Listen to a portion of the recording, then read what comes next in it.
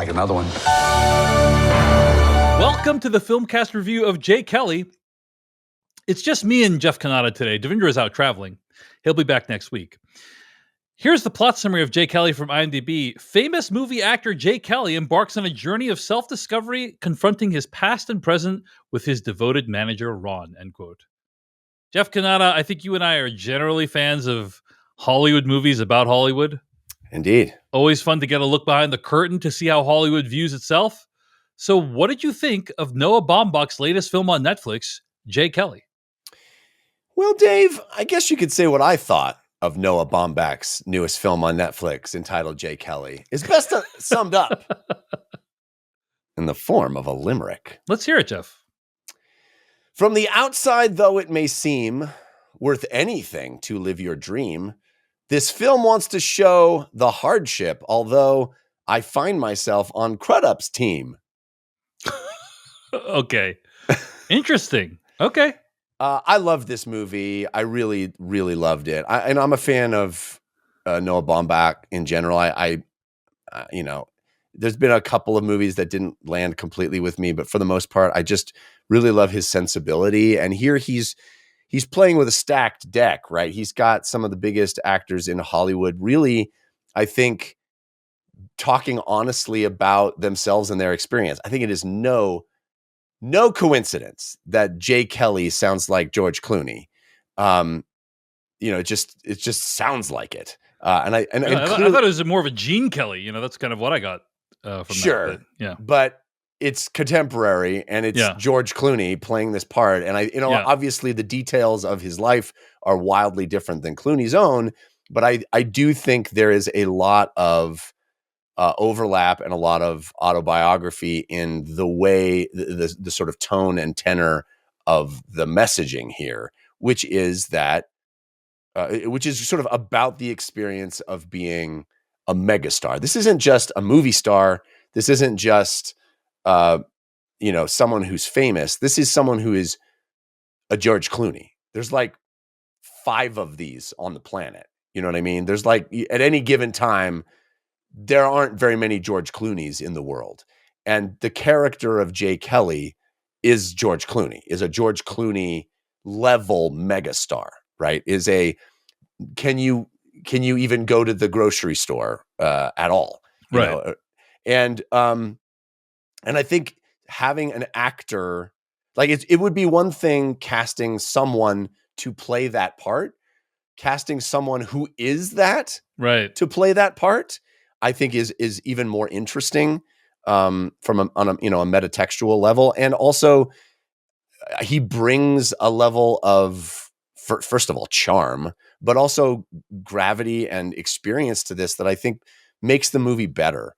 And, I think his journey is interesting. The way Clooney plays it, I think this is just a lovely performance from Clooney. I think it's a lovely performance from Adam Sandler. Like Sandler, man, he's so impressive. Like when he gets out of doing his shtick and he like settles into a part, he's so good as an actor. I'm really impressed. That's the thing I felt the most acutely during. Yes, George Clooney's great. We already know that, but like we have been deprived from a lifetime of great Adam Sandler dramatic performances, and that is sad to me. And I think it's because his dramatic performances, while very good, have not performed better at the box office. Right, like. Yeah, Funny maybe. People was not a massive hit, Right. Punch Drunk Love was not a massive hit. Uncut Gems didn't get him any Oscar nominations. Like these are movies that he's great in them, but like they haven't done that well. And as a result, we haven't gotten to see him perform like this. And he's wonderful in this, in my opinion. I agree. Everybody's wonderful in this. You have Laura Dern. Laura Dern's great. Yeah. Everybody's great in this. The young actress, the lovely young actress who plays the daughter, Daisy, she plays Daisy in the movie. Grace Edwards. Her name's Grace Edwards. I thought she was great. But for me, it's difficult to talk about this movie without getting extremely personal. And I don't know if that's useful for our audience. So I hesitate to do it. It is, but why don't we do, I want to hear the personal, but why don't we do it in spoilers? How about that? Okay. Is that cool? Fair enough. Yeah. And I want to dig more into what your limerick meant, but I think we should just do it in spoilers because Fair. that'll be better that way. Yeah, I just think that I think the movie's lovely, and you get Noah Baumbach working with a big budget, being able to go to overseas and have these big tapestry and big big name actors, and I love his work. It's complicated, it's interesting, it's introspective. I thought this movie was beautiful, and I loved it. I also loved it as well. I think if I'm trying to consider what this movie is about, number one, in my opinion, it is about the end of an era in Hollywood, right? I think he is considered in this movie to be one of the last movie stars of his era. And we are facing an end of an era in Hollywood in real life, in my opinion. And part of it is brought about by Netflix, the platform that this movie is on. And when his character says at the very beginning of the movie, I got to see the end before it ended. I just that's how I feel about movies. Like we got to experience movies at the height of their popularity and cultural relevance, and now they are on the decline as the mode of entertainment that most people are used to. And there's something very sad. There's something that's lost in that. Yes, there were a lot of bad things about movies, and a lot of like it's a very clunky system, and it breeds a lot of uniformity, and there have been horrifying abuses and so on and so forth. Like, I'm not saying movies were unimpeachable and always great, but at their best, they moved us, they made us think, they brought people together in ways that we could never have otherwise anticipated. And I think that this movie, Jay Kelly, is a love letter not only to kind of that type of movie star, but also to movies in general, in my opinion. I mean, just look at the opening shot, which I think is just like this buzzing of activity and artistry and creativity around like what it takes to make a movie. Yeah. So loved all that. But I think it's also, that's one thing. It's about like movies and movie stars. And it's also about what you give up in pursuit of fame, right? What is it you sacrifice? Well, not even just fame, but success. Like, I think success, but like, actually, let me put it this way. What is it that you might give up? Because you don't have to give it up. Like, the movie gives multiple examples of people who are still successful, but like their lives are not as much of a disaster as Jay Kelly's. And I think it's really, honestly, it reminded me of a little bit, this is random pull, but of Gene Hackman. And Hackman always talked about or had frequently talked about like how challenging it was to have a family and also be one of the biggest movie stars in the world. Yeah. And how like he felt like pulled in both directions. And I don't know if you know what happened with Gene Hackman, but like his life ended rather tragically. And that, that was one of the examples that came to mind. Like Hackman was like one of those guys, in my opinion, where like he was in all the movies, some of the biggest movies of all time, and also like felt the conflict between having a life and being famous and successful, and like being a family man and being famous and successful, and how those things are like constantly in tension with each other. And some people choose one, and they choose gradations of one or the other, and it's tough. It's tough. I saw a very poignant video from George Clooney talking about, he knows all the other famous actors at this point, and talking about how every actor is familiar with failure. Like, you go to an audition, you don't get the part, a project falls apart, the movie releases and it doesn't do well. Like, actors are familiar with failure, but like where actors are really struggling with what he says he's witnessed is regret. Like, a project I could have done, but I didn't. I could have gotten that off the ground, but I didn't, and I should have. Like, that is like a much different feeling than failure. Mm-hmm. And I think this movie like really teases that out a little bit. What were you going to say, Jeff? Well, the movie, of course, is explicitly about fame, but I do think it has things to say that are beyond just the narrow scope of being a megastar in Hollywood. And I I think this isn't a relatable movie.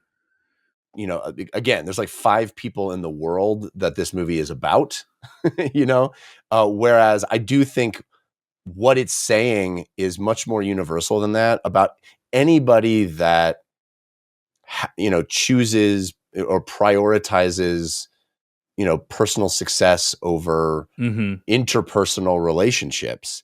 And that's where I found the movie to be most profound. Like, yes, it's fun. It's a fun sort of how the sausage is made, you know, look behind the curtain of what it must be like to be a George Clooney or a Angelina Jolie or you know, these uber mega, you know, incandescent, can't walk into a room without every head turning kind of person.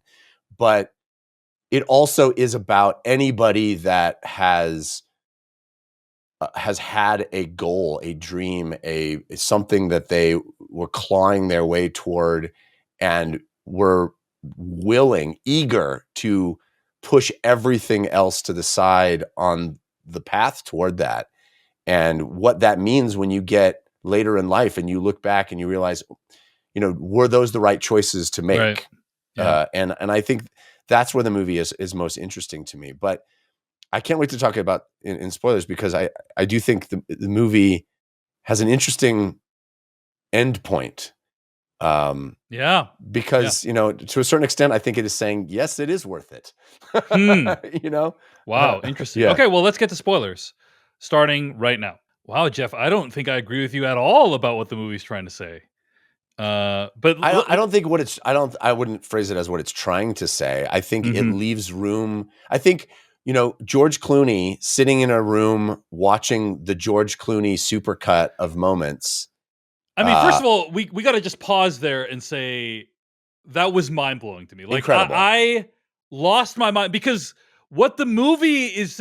So the idea is that the whole movie's building up to this tribute that the George Clooney character Jay Kelly is receiving at this Italian film festival or whatever film organization, and then he finally, at the very climax of the movie, or very, you know, denouement, whatever you want to call it, at the end, he sits down to watch the tribute, and they start playing the tribute, and I'm thinking, oh, they're going to do this cool thing where they show like fake movies, like the one we saw at the beginning of Jay Kelly, right? And it'll be fun to see all the fake movies they invent. And instead, they actually show movies that George Clooney has actually done in real life. Yeah. As if to suggest that this is George Clooney, right? As if to suggest like this, what we're seeing is not Jay Kelly, a fictional representation, but it's actually George Clooney who is being depicted on screen. Right. Now we already kind of could have guessed part of that, but like the movie is making it text, which I was just like, because they didn't have to do it that way. They could have just like, they could have shot like 3 to 4 fake movies and then like been done with it, like, or not shown the screen at all. Or not shown the screen at all. Yeah. So it's wild that they did it that way. But anyway, go ahead. What were you going to say about? Especially because you see a much younger George Clooney, and we already had a different actor playing a much younger Jay Kelly. So you could have had that guy be in all those shots, right? Interesting. We didn't see any of that guy's movies. Yeah. in the montage. Well, I think that's why. I mean, that's why it's no coincidence that Jay Kelly sounds like George Clooney. The lines are intentionally blurred, and I think to the movie's benefit. I think the movie is more interesting because you see George Clooney sort of contemplating his own relevance in an interesting, you know, beyond the looking glass. But I do think in that moment, I think we have the voice of Adam Sandler's character in the whole movie is reiterating this point of like, hey, there are only 5 people on the planet at any given time that can do what you do. And that is special. And yes, you have ravaged your own personal life and had left, you know, scars on the, you know, on people on your way to the top. But guess what? What have you wrought? You have delivered this to the world, these moments, this emotion, this connection, this charm, this ineffable quality that is so rare and so precious. That humanity, you know, the culture gravitates toward only a few people in this way, and you mean something to all of them, right? All the people on that train that, oh, you're just in our presence. You're just around us. You're just nearby. You have made our day better by just being. Adam Sandler is reiterating over and over, that is value. That is important. That you bring something. And yes, all of the other stuff is also true. That you have destroyed lives of the people closest to you. But, even his estranged daughter says, Dad, I'm okay. I'm going to be okay. I'm just not going to be with you. Right? Like, the movie makes room for the fact that maybe there is a place for this. And maybe all of the compromises and horrible ramifications of what it takes to live this life and be this person are negative and are,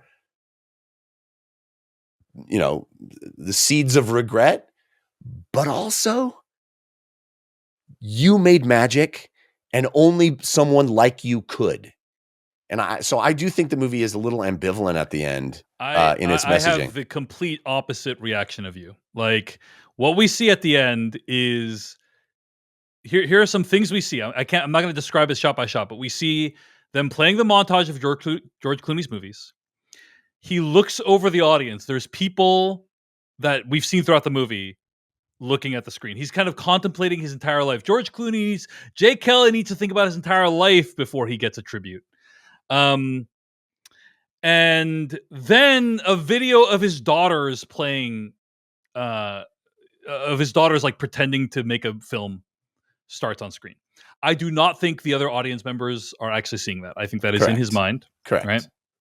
Like many of the moments in the movie are only in his mind. Yes. Only in his mind, yeah. And then people stand up and applaud, and then George Clooney / Jay Kelly looks at the camera, which, by the way, I always think is very effective. Yeah. Love when a movie ends with a direct-to-camera address and says, "Can I get another one?" Right, which is something he said throughout the movie. Like, oh, he does an amazing take, and then he's like, "Actually, can I do it again? Can I think I can do it better next time." Right, like, which is something that actors say all the time. And to me, it's this ultimate moment of regret. Like, to me, all of the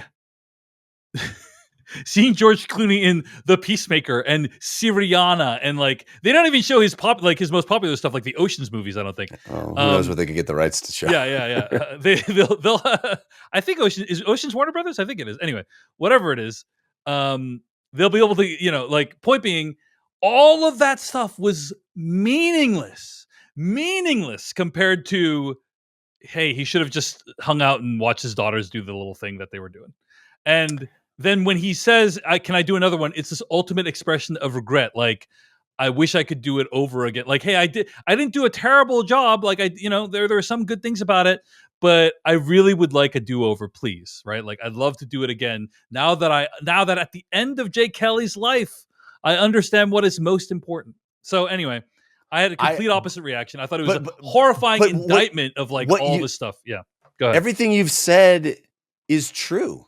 And I don't disagree with. And I think the movie is saying both things. That's my take. Yeah. Is that to Jay Kelly, like, we have the absolute we have the characters that represent both sliding doors. Mm-hmm. Right? We have Billy Crudup and we have George Clooney, and we have the sliding doors moment. We have which direction would you take? And Billy Crudup straight up says to George Clooney, you couldn't live my life. You couldn't hack it. You couldn't do what I do.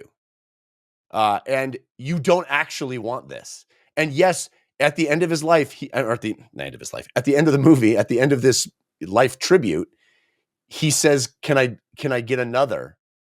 But I think the movie is explicitly saying he is in that position, but look at what it has meant to all these other people, all the people who were standing and applauding. Like, there's an emptiness inside him that is unfulfilled, but he has, like, I don't think it is a mistake that this movie presents the Adam Sandler character whose refrain through the entire movie is, I would do all of this again.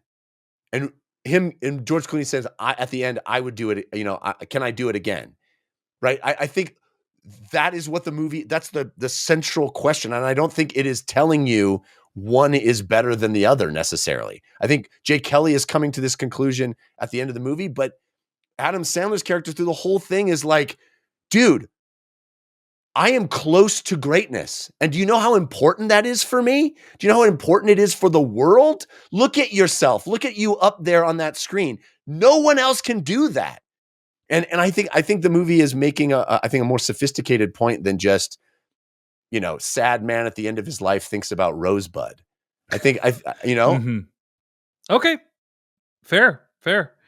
I can't say I dispute a lot of what you're saying, so maybe we agree on more than we disagree on, for sure. All right, Jeff, during your limerick, you said you agree more with Billy Crudup's character, right? Well, I mean, that's the Tim character in the movie. I want to see a movie about him. I like the first, I don't know, section of this film where we have Billy Crudup show up and he interacts with George Clooney. I found that to be so powerful. That was great. So Crudup is so good. So good. Like, I mean, that part where he makes him act the menu and make an emotional choice. I was like, fuck, dude. Like, do you know how hard it is to sit opposite George Clooney with the camera crew behind you and have someone say, okay, here's the scene where you blow everybody away with your acting. Go. Begin. This the substance of this scene is you act better than anybody else on the planet and can do so with the menu. Right. You could read the phone book, okay, and begin. Do it. Because I guarantee you in the script, it just says he makes an emotional choice and reads the menu. Right. Yeah. So what do you do, man? Just go. We all have to fucking cry now because you're reading the menu. Do it. That is insane. That's an insane ask. Yes. And like the Crudup, and he pulls it off. He pulls it off. Knocks it out of the park. Out of the park. I love Billy Crudup. I just think he's great. He has been underused in Hollywood, in my opinion. But that character to me, I mean, obviously, I don't need to wallow in my self-pity, but I relate to that character. Nothing was ever stolen from me. And I think, honestly, if I had a criticism with this movie, I do have a criticism with this movie, and this is it. It is that it didn't need to be a theft. It didn't. Well, I was so curious what you'd think of that scene because it's preposterous. We hear them talking about it, and then they show it to us, and my wife and I are like, "Why are they showing this to us? We've already heard this scene described to us." And I actually think it's great because I think you can come away from that scene not sure about, or not. It's not sure. Oh. You obviously understand what happened, but I'm just gonna put this out there. I don't think what Jay Kelly did was that bad. I'm just gonna put that out there. Well, he's right. Jay Kelly is right that Tim would have never gotten that part. He didn't steal anything from him. Yes. But also, Tim's emotional truth is, you only got this because of me, right? Right. It's really funny. I don't need to get into it, but when I first moved down to LA, I had two buddies, and this is the last April Fool's joke I ever pulled. We pulled an April Fool's joke on my friend, creating a fake scenario that was this exact thing to make him feel like he got a part that was supposed to be somebody else's part, just to see how it would play out. And it was a complete disaster. It was the last April Fool's joke I ever tried to pull. Because my friend and I thought he was going to feel bad, but he didn't at all. He just assumed that we were all going to be happy for him. Right. And he called his dad and he's like, "Dad, I got it." It was fake. It was all fake. Oh my God. It was awful. That sounds horrifying. It was terrible. It was the last April Fool's joke I ever did. Because I was like, this is dumb. Why would you do this?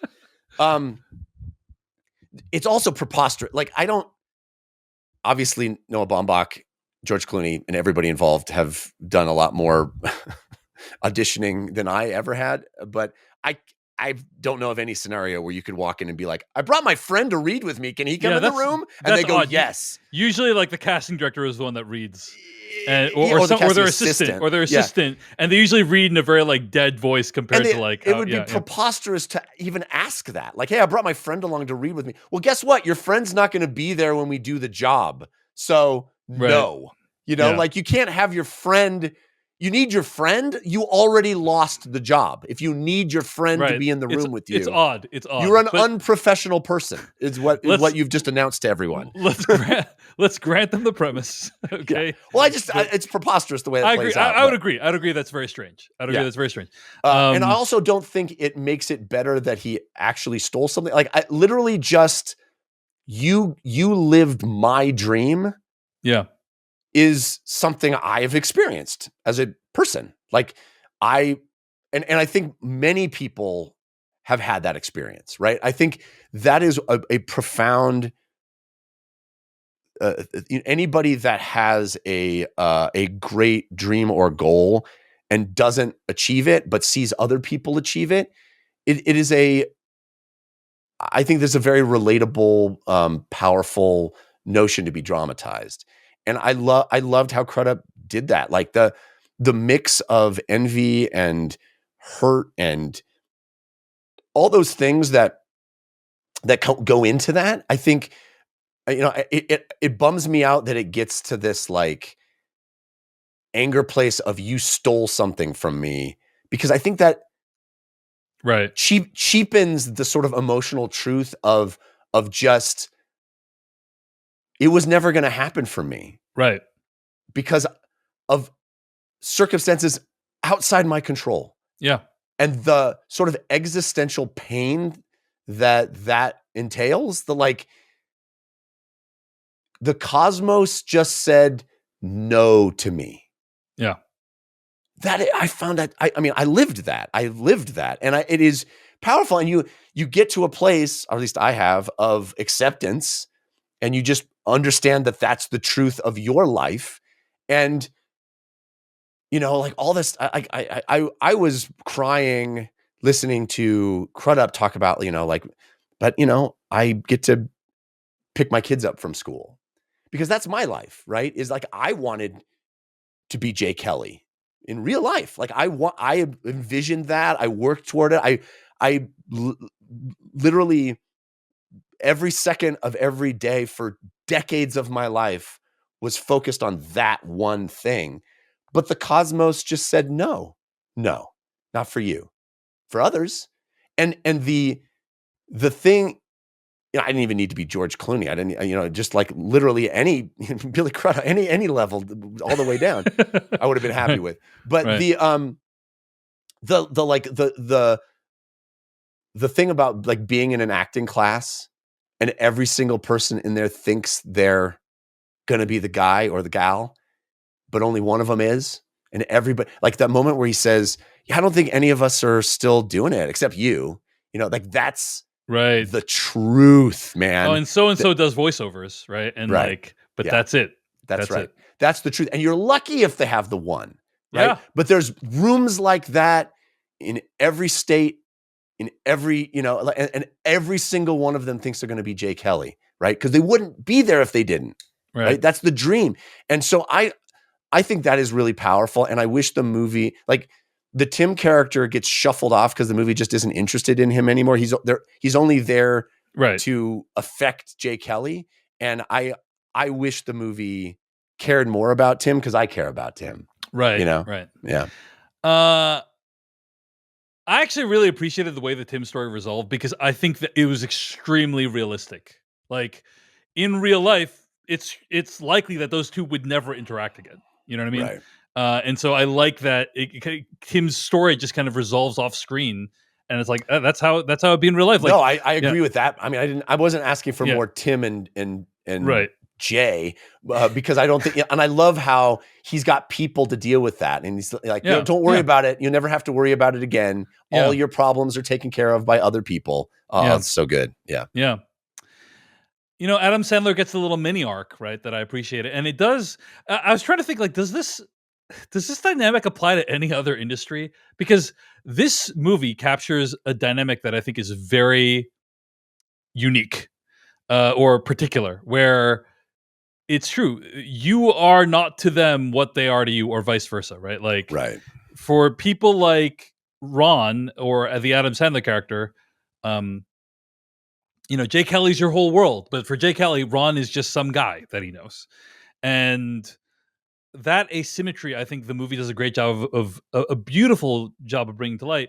Does it apply to any other industry anywhere? Maybe, like at the CEO level or something like that. But like, I don't even know. Like, it's such a unique Yeah. thing. It's such a unique thing that these movie stars inhabit. Such a unique place in our culture and society. By the way, do want to mention that like the cast of the movie is super interesting. Sadie Sandler, Adam Sandler's actual daughter, plays his daughter in the movie, and I Riley think that's. Keough. I don't mean to be dismissive, but that might be his cheesecake. If you get my drift. I don't know. By the way, I did like the cheesecake moment at the end. Beautiful. So the idea is that George Clooney's character's rider has a cheesecake in it, and he's like, "Who gives a shit about cheesecake?" And Adam Sandler says, "You liked it one time a long time ago." And at the very end, he kind of takes a bite of the cheesecake. He's like, "Oh, that's good," and he's reminded of an earlier version of himself.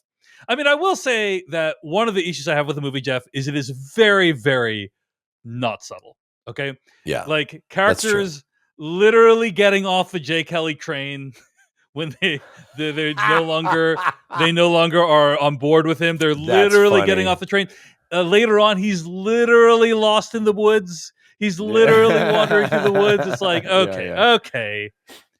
Tone down the symbolism. And then, so there's moments where it's like so clunky and obvious, but then you get a moment like that phone call that he has with Riley Keough's character in the woods, which I thought was just so well done. Like they're on the phone and then it just transitions to they're talking on the phone to she's there in real life and they're interacting. And I'm like, what a much better way for them to have this moment together. Like it's so beautifully done. And like, I think there's a number of transitions like that where the movie just like, he'll walk through a door and now he's in his memory or whatever. Like the movie does a lot of really lovely conceits to bring you into things. And I thought it was great. Yeah. And also, Riley Keough, who is Elvis Presley's actual granddaughter in real life, right? And the idea of like her being disappointed with a father figure who hasn't shown up enough in her life. And like, I just get the feeling that there's a lot of like real life resonance with a lot of these performances. So yeah, you feel like, Noah Baumbach has sort of lived in this world a long time and bumped into these people. And so is George Clooney. And this is all like, it feels very autobiographical on a number of levels. It feels like they're really kind of standing up and telling the truth about these complex feelings at the center of a very big industry. And I think that's really neat. And then cool to see Stacy Keach show up as Jay Kelly's dad. Dude. Not a surprise. I was not predicting Stacy Keach. I mean, I didn't know what the cast of the movie was. I knew it was going to be a stunt casting of some kind. Right, You can't have George Clooney's dad not be somebody. Right. But Stacy Keach was not on my bingo card. Yeah. Yeah. He's great though. He's great in it. Agreed. Yeah. Any other thoughts on Jay Kelly, Jeff Cannata? I mean, there's so many really lovely, funny moments, like, the girl farting in a scene. I just thought, what a goofy, fun little detail that made it that immediately humanizes that moment. I loved Adam Sandler's little boy. Like that little kid had some great one-liners in the movie. Just saying like random stuff in the background, right? Yeah, so funny. That scene where they're trying to play the tennis match, I just loved it. That the other dad taking it way too seriously. Oh, dude, that would have totally been me. I would have been like, I saw that dad. I was like, that's me. I would have been. We both saw each other in this movie, or saw ourselves in this movie. You were Billy Crudup's character, and I was that dad playing tennis with the kid. He's like, oh, I guess we can all do a redo. I guess anybody. There's no rules now. There's no rules anymore. Amazing, very good. But neither of us was Jay Kelly. I also like Patrick Wilson. Yeah, I was wondering who that was. I kind of felt like that was supposed to be Ben Affleck. Ben Affleck. Yeah, I thought it was going to be Ben Affleck for sure. Yeah. But it's Patrick Wilson, and his stuff was great too. And the scene where they're both crying at the breakup of their professional relationship, I found to be very funny. And yeah. But you see Patrick Wilson, and he has a whole entourage. And I mean, the movie is really trying to say, like, the more successful you are, the less of a life you can have. That's what the movie's trying to. Now, I think it ignores stories of people who are really successful and also have a good family life. Like, I'm going to just put this out there. My guess is like Matt Damon falls into that category. Yeah. But certainly like, the exception. I think that's relatively rare, right? I think like in general, like the more successful you are, the less of a family you can have. Patrick Wilson, not as successful as Jay Kelly, but hey, look, he's got 40 people to show up for him, right? Like, so anyway. In any case, at the end of the day, it is really impressive that Noah Baumbach made a movie. Thank you so much for watching this video of the Filmcast. Check out these other videos that we have available, and be sure to hit like, subscribe, and hit that bell icon to get other videos from us in the future. You can also go to thefilmcast.com to catch all of our audio podcast versions of all of our episodes. And support this podcast at patreon.com/filmpodcast, where you can sign up for ad-free episodes and exclusive After Darks. Thanks so much to everyone who makes the Filmcast possible.